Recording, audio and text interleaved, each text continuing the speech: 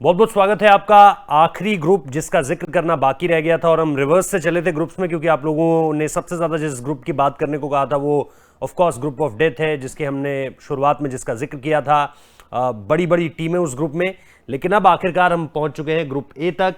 अच्छी टीम्स इसमें भी है, ऐसा नहीं है कि इसमें आपको ताकतवर टीमें देखने को नहीं मिलेंगी।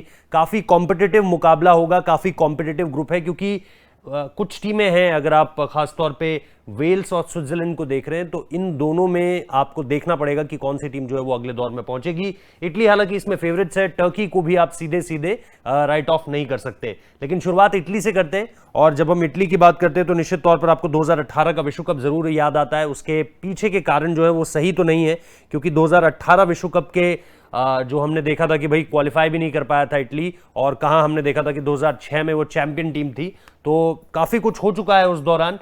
लेकिन एक चीज जो आप देखेंगे, पॉइंट्स टैली अगर आप देखें ग्रुप जे में, और ये क्योंकि क्वालिफायर्स थे तो 10 मुकाबले खेले, 10 के 10 जीते, तो ये आपको बता रहा है कि कैसे जो है वो चीजें बीते समय में बदली हैं। इसके अलावा भी उनके पास फिनलैंड थी, ग्रीस जैसी टीमें थी जिनके खिलाफ उन्हें कंपटीशन मिल सकता था, लेकिन ऐसा बहुत कुछ देखने को नहीं मिला। अब अगर हम अगली तस्वीर की तरफ चलें और स्क्वाड आपको दिखाएं, और इसकी अगली तस्वीर में अगर हम आपको सबसे पहले खिलाड़ियों की तस्वीरें दिखा दें कि जो खुद तस्वीर साझा की थी इटली की टीम की तरफ से, ये तस्वीर आई है और यही वो खिलाड़ी हैं जिन पर यूरो की जिम्मेदारी रहेगी। अब अगर हम पिछली तस्वीर पर जाएं और कुछ खिलाड़ियों के बारे में जिक्र करें, यहां पर आपको बराडी का नाम जरूर दिख रहा होगा, जो कि फॉरवर्ड्स पे जिनका जिक्र होगा। इसके अलावा एम्बोली का जिक्र जरूर होगा इसमें। और इसके अलावा अगर आप देखें कि भाई चिलिनी है वहां पे, जॉर्जिनो है यहाँ पे।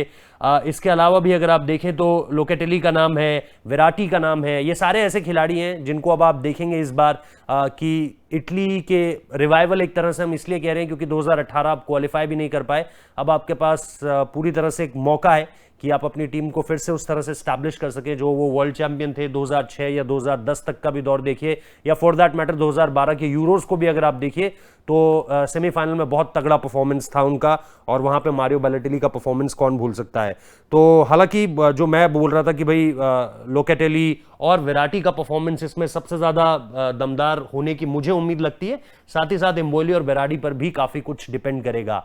तो ये मेरे हिसाब से इटली की टीम के लिए कुछ अहम प्लेयर्स हो सकते हैं। लेकिन इसके अगली तस्वीर पर अगर हम चलें, इसकी अगली एक और तस्वीर अगर हम आगे चलें, तो फिर ये ट्वीट एक मुझे बड़ा दिलचस्प लगता है जो कि खुद इटली की टीम ने ही साझा किया था। Just a single goal conceded in last 12 matches. तो क्लीन शीट्स के लिहाज से अगर आप इसे देखें, 8 consecutive wins without shipping any goals, 20 clean sheets in 32 matches since अगर आप देखें जो उनके मचीनी आए थे, रोबर्टो मचीनी टुक चार्ज, और उनके आने के बाद जो चीजें हैं वो बदली हुई नजर आई हैं, ये भी हमने देखा है। तो कुल मिलाकर ये सारी की सारी चीजें जो इटली के बारे में आपको बताती हैं कि अगर आप ये समझ रहे हैं कि ये वही इटली है जो 2018 में क्वालिफाई तक नहीं कर पाई थी, तो आप गलत सोच रहे हैं। ये इटली काफी बदल चुकी है। अब अगर हम अगली तस्वीर की तरफ रुख करें तो हमारे पास एक और टीम जिसका जिक्र करना बहुत जरूरी हो जाता है इस ग्रुप में, वो स्विट्जरलैंड की टीम है। 8 मैच खेले हैं, 5 मुकाबले अगर आप देखें उन्होंने जीते हैं, 2 ड्रॉ किए, 1 में हार मिली है। यानी ठीक है, बहुत ज्यादा अच्छा परफॉर्मेंस भी नहीं है, बहुत डोमिनेट भी नहीं किया है, लेकिन साथ ही साथ फिर आप देखेंगे कि चीजें जो है उतनी ज्यादा खराब भी नहीं रही है। खासतौर पे अगर आप जो लॉस वाला हिस्सा है उसे देखिए, सिर्फ 1 ही हार मिली है। और निश्चित तौर पर बाकी इस ग्रुप को भी अगर आप देखें तो इसमें आप डेनमार्क, आयरलैंड, जॉर्जिया जैसी अहम टीमों को कुछ देख सकते हैं। खिलाड़ियों पर आए और अगर परफॉर्मेंस की बात करें अगली तस्वीर के हिसाब से, तो यहां पर बहुत सारे नाम हैं जिनको आप देखेंगे कि भाई किसके लिए हम ये कहें कि भाई ये बहुत इंपॉर्टेंट प्लेयर हो सकता है। तो एक नाम शकीरी का आता है, जॉर्डन शकीरी का बहुत ज्यादा जिक्र होता है, लेकिन इस बार जिस खिलाड़ी से सबसे ज्यादा उम्मीदें होंगी वो मेरे हिसाब से मिडफील्डर में जो आप पहला नाम देख रहे हैं, ग्रेनिट ज़ाका का जो नाम है वो दरअसल बहुत दिलचस्प हो जाता है। आर्सेनल के लिए खेलते हैं। आर्सेनल हालांकि इंडिविजुअल फ्रंट पे बहुत कुछ अचीव नहीं कर पाई अगर आप बीते सीजन में देखें, लेकिन इस खिलाड़ी का फॉर्म बहुत अच्छा रहा है।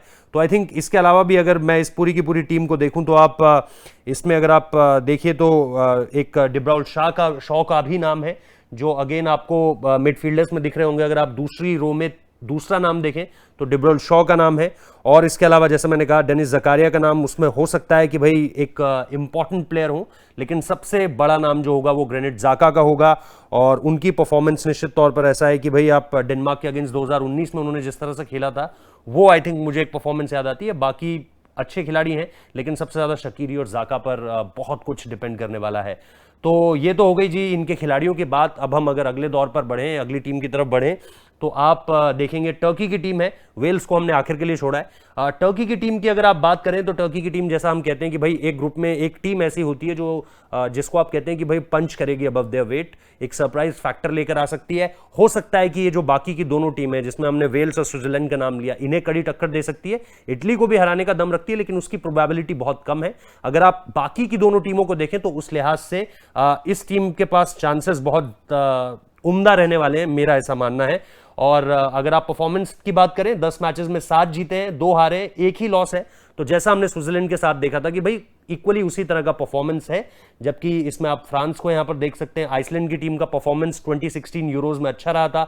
अल्बानिया आप इसमें देख सकते हैं। तो अच्छी टीम है, ऐसा नहीं है कि सारी की सारी टीमें खराब है। और जो टीम वर्ल्ड चैंपियन फ्रांस भी है, इसमें 2016 का उन्होंने भी यूरो का फाइनल खेला था और इस बार की भी प्रबल दावेदार है। और वो टीम अगर आप देखें तो दिलचस्प खेलती आई है। तो इस लिहाज से टर्की का इस टैली में सेकंड पोजीशन हासिल करना एक बड़ी बात थी। और अगर आप प्लेयर्स पे आए तो अगर हम प्लेयर्स की बात करें तो एक नाम जो इनके साथ सबसे ज्यादा मैं कहूं कि भाई डिपेंड करेगा जिसके ऊपर टर्की की टीम, वो ओजान तूफान होने वाले हैं। और उन्हीं को लेकर के मुझे ऐसा लगता है कि आप इस टीम को कुछ परफॉर्म करता हुआ देखेंगे। अगर आप उनका नाम ढूंढ रहे हैं तो ये मिडफील्डर्स में दूसरी कतार में सबसे आखिर में उनका नाम है, उनका सरनेम जो है वो सामने आया है और ओजान तूफान का एक नाम है। इसके अलावा जैसे मैं इस टीम को देख रहा हूं तो बराक येल्मजेस, जिनकी एज अब हो रही है लेकिन उनसे बहुत ज्यादा उम्मीदें होंगी। इसके अलावा योकुशुलू है, शोयुंजू है, केरामेन है और जोहानिलू है।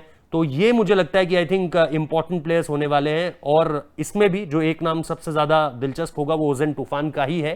तो मुझे लगता है कि ये जो सारे के सारे प्लेयर्स होंगे, आई थिंक ये आप देखेंगे कि अगर अच्छा खेलेंगे, खासतौर पर तूफान का साथ अच्छा देंगे, तो आप देखेंगे कि टर्की की टीम लगातार बेहतर करती हुई आगे बढ़ेगी। और उसमें जो एक चीज सबसे ज्यादा इंपॉर्टेंट होने वाली है कि इनके पास एक आउटसाइड चांस होगा दो टीमों के खिलाफ, जो मैंने आपको बताया कि एक तो वेल्स को एक कड़ी चुनौती दे सकते हैं। हालांकि वेल्स की टीम ने भी अगेन 2016 में यूरोज में बहुत अच्छा किया था।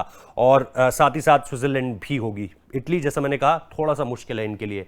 तो अब आते हैं जी आखिरी टीम पर, जिसके बारे में चर्चा करनी दिलचस्प रहेगी, क्योंकि वेल्स का जैसा मैंने कहा परफॉर्मेंस बहुत दमदार, प्लेयर्स भी उनके पास हैं, कुछ यंग प्लेयर्स हैं, कुछ पुराने खिलाड़ी हैं, जिसमें गैरेथ बेल का नाम तो सबसे ऊपर आता है। लेकिन अगर सबसे पहले उनके परफॉर्मेंस पर आ जाएं तो 8 मैचेस, 4 ही जीत हैं, 2 ड्रॉ हैं, 2 हार हैं। तो पॉइंट्स टैली में अगर आप देखेंगे तो जो क्वालिफायर्स थे उसमें उनका परफॉर्मेंस इतना कन्विंसिंग नहीं है। लेकिन अगर आप देखेंगे कि हाँ यार, इस पूरे के पूरे ग्रुप में भी अगर आप देखेंगे, भाई क्रोएशिया है, स्लोवाकिया है, हंगरी है, अजरबैजान है, तो ये सारी की सारी टीमें, ऐसा नहीं है, इनमें से आप किसी भी टीम को ऐसे नहीं कह सकते यार इस टीम के साथ तो कंपटीशन ही नहीं बनता था। तो एक अच्छा ग्रुप है, कॉम्पिटिटिव ग्रुप था, और उसमें इस तरह के परफॉर्मेंस के साथ आगे जाना दिलचस्प है, नंबर 2 पोजीशन से आगे जाना। प्लस अगर आप क्रोएशिया का भी परफॉर्मेंस देखें, जिन्होंने फाइनल खेला था 2018 का, तो आप देखेंगे कि 8 ही मैचेस खेले और 5 जीत उन्हें भी मिली है। तो क्योंकि ये बहुत ज्यादा कॉम्पिटिटिव ग्रुप है, इसलिए आप एक लैंडस्लाइड मार्जिन के साथ यूरोज में नहीं आ सकते थे।